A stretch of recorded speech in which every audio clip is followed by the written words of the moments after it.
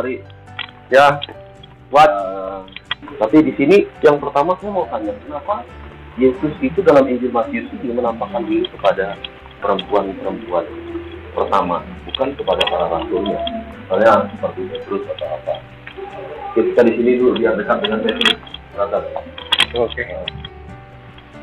Kenapa kepada para perempuan, bukan kepada para rasul? Kalau menurut saya sih sederhana. Saya sering melihat di rumah saya itu, mama saya lebih cepat bangun dari bapak saya. Dan mama saya itu lebih memperhatikan hal-hal kecil, lalu membuktikannya, dibandingkan bapak saya itu mungkin hal-hal yang lebih besar. Mengecek kebangkitan Yesus itu kan sebenarnya bukan hal besar. Ya. Karena sebenarnya mereka tidak tahu Yesus akan bangkit. Yang dilakukan oleh Maria dan wanita-wanita itu kan pengen melihat gimana makam Yesus setelah Paskah kan waktu itu. Benar. Jadi mereka mengecek lagi gitu kan, apa ada kekurangan atau tidak. Itu yang dibuat oleh perempuan. Dan dari perbuatan yang sederhana itu ternyata Yesus memberikan sesuatu yang luar biasa gitu. Jadi bukan soal dia para rasul hebat, para rasul ini orang terpilih, bukan itu sih menurut saya, tapi memang perempuan itu cepat bangun dan perhatian lebih kepada hal kecil gitu. Berita yang lebih cepat. Terus brother, Injil hari ini itu sebenarnya mau menyampaikan apa sih kita? Kalau refleksi saya, Injil hari ini itu mau menyampaikan bahwa Yesus itu dibunuh sekali lagi. Nah, di mana bagian Yesus dibunuh sekali lagi? Kok bisa?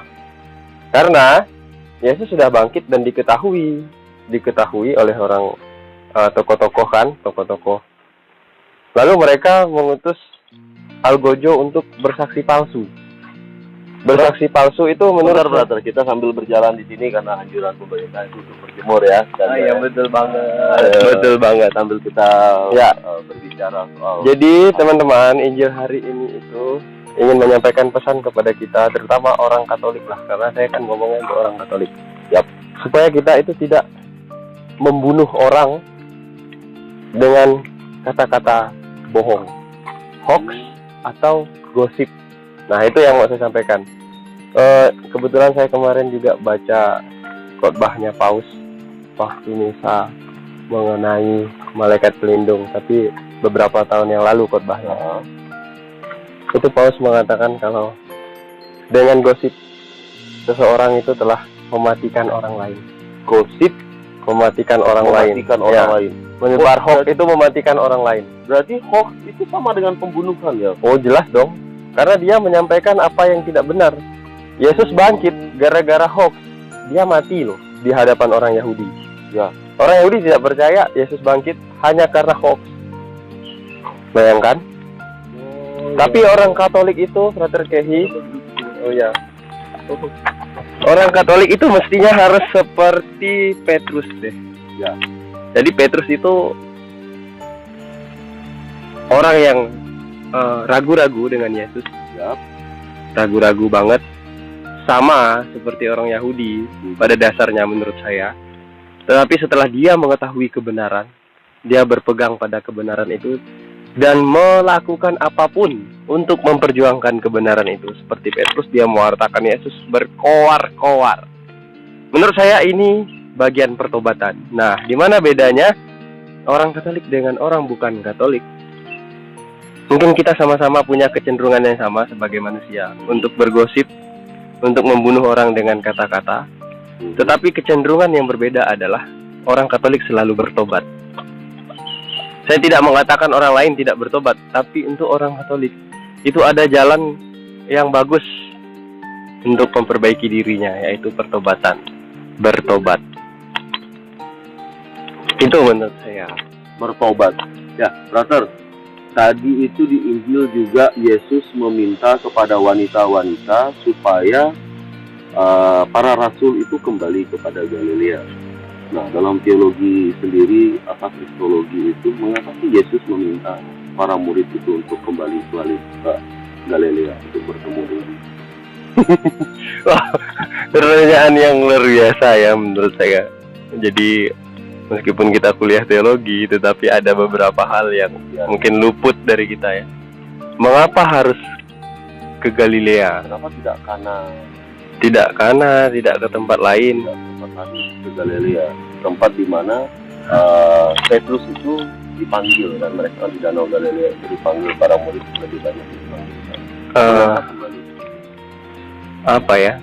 Mungkin dari yang pernah kita ketahui, ini semacam Yesus mengingatkan kembali mereka pada panggilan pertama mereka. Titik awal. Ya, mengingatkan kembali bahwa kan pas dipanggil mereka di Galilea, mereka sudah menjalankan misi sebenarnya. Tapi misi ini putus karena Yesus wafat. Jadi seolah-olah mereka kehilangan harapan, mereka itu semacam tak ada pegangan lagi. Nah, setelah mereka tidak ada pegangan lagi, Yesus ingin mengingatkan bahwa yang itu tuh tidak putus. Itu tuh berlanjut karena Yesus bangkit. Gitu. Terus brother, implikasinya untuk kita umat zaman sekarang ya brother ya, tentang bagi Yesus meminta kalau kita kembali ke para murid kembali kepada Galilea itu ada nggak? Apalagi dalam situasi-situasi dan corona seperti ini. Kalau misalnya Yesus meminta kita kembali ke Galilea atau ke titik awal seperti apa sih yang harus kita lihat kembali gitu brother? Titik awal yang harus kita lihat kembali. Ini maksudnya Frater Kehi ini gimana? Beragama. Mengapa sih? Karena kan sekarang misa online, tidak bisa ke gereja, berkumpul, susah begitu loh brother. Iya, kalau mau lihat sejarah kita dulu ya, di gereja, dalam sejarah gereja sering disebut gereja awali. Jadi kita itu kebanyakan ibadat berdoa bersama di katakombe, makam-makam, batu, gua-gua, dan secara tersembunyi. Itu karena situasi pemerintah yang mencari orang pengikut Kristus. Jadi mereka berdoa, tetapi dalam doa itu yang kita salut adalah meskipun di katakombe yang berbeda, di tempat doa yang berbeda, mereka punya satu kata, yaitu bersatu. Jadi kalau dalam doa kredo aku percaya itu yang Katolik yang satu.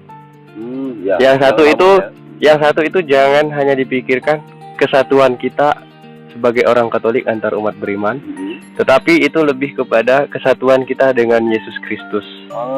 Dan Ekaristi itu adalah puncak kesatuan umat beriman dengan Yesus Kristus, karena di sana Yesus hadir dan umat beriman pun berpartisipasi aktif. Ya, nah, itu berarti sebenarnya kembali ke titik awal itu lebih kepada kepersatuan kita dengan Kristus secara pribadi ya Frater ya. Iya. Nah, terus kebersatuan ini sebenarnya Frater Kehi memang bersifat pribadi, ya, tetapi personal. Bersatu dengan Kristus dalam gereja Katolik itu harus dimaknai lebih luas. Bukan soal saya bisa doa pribadi kok bersatu dengan Yesus, bukan seperti itu. Karena Yesus menyatakan, lakukanlah ini untuk mengenangkan daku, dan kita percaya bahwa itu adalah peristiwa Ekaristi yang sekarang terjadi pada dalam hidup orang Katolik. Kebersatuan itu adalah kebersatuan di dalam Ekaristi, perjamuan kudus. Gini, bedanya kalau kamu secara personal merasa bersatu dengan Kristus dan dalam perjamuan kudus bersatu dengan Kristus. Kalau personal, kamu itu seperti bisa sendiri tanpa gereja. Tetapi kalau dalam hal bersatu yang saya maksud adalah kamu itu bersatu ada bersama gereja dan Yesus Kristus. Jadi Yesus yang pengen kita bersatu dengannya, Yesus yang kita sembah, kita muliakan itu bukan Yesus imajinasi personal, tetapi Yesus yang diimani dan diteruskan oleh tradisi gereja Katolik. Itu lebih khas menurut saya. Nah, Brother, terakhir pesan apa sih yang mau disampaikan Injil hari ini, yang intinya saja yang mau disampaikan kepada kita di hari pertama Paskah ini? Oke. Intinya yang paling dalam adalah jangan coba-coba melawan kebenaran. Jangan mencoba-coba melawan kebenaran. Karena tadi karena itu hanya akan berbuah sia-sia dan mencelakakan diri sendiri. Maksudnya orang yang tidak menyatakan kebenaran. Itu saja sih menurut saya. Karena kebenaran tidak akan bisa berubah. Dimanipulasi pun dia tetap kebenaran. Tetapi kejahatan kalau tidak terus kebohongan kalau tidak terus dimanipulasi, dia akan terungkap. Dan jelas itu salah. Cuma, Frater Kehi, menjadi benar, menurut saya, pengalaman saya itu, semakin dewasa atau semakin tua seseorang, rasanya itu keinginan untuk berbohong atau kesempatan untuk berbohong itu bukan hanya ada, tetapi seperti wajib. Gitu. Wajib maksudnya tidak semua hal benar itu kita nyatakan benar karena entah menyangkut perasaan orang, entah menyangkut banyak hal lah. Dengan dalil misalnya kita mengatakan kita menyimpan semuanya itu dalam hati kita sajalah gitu. Tetapi tetap saja saya tidak. Nah ini dia. Menurut saya itu bukan kebohongan ya. Kalau kebohongan itu kan menyampaikan yang salah. Tetapi menyimpan dalam hati itu tidak menyampaikan apa-apa. Cukup dia yang tahu. Nah itu bedanya. Jadi berusahalah untuk menjadi benar. Saya juga, Brother Kehi, pasti sering kali berbohong. Saya terus terang sering kali berbohong. Mungkin banyak teman-teman saya yang mengenal saya pernah berbohong dan sebagainya. Tetapi bagaimanapun saya berusaha untuk bertobat, artinya melakukan yang benar. Oke, terima kasih Brother Ari atas refleksi hari ini soal Injil hari ini, dan itulah pesan-pesan dari Brother Ari, teman-teman. Semoga menginspirasi hari kita, dan jangan lupa ikuti terus renungan-renungan harian dengan para frater-frater yang lain di Seminari Tinggi Antonino Ventimiglia. Oke, thank you.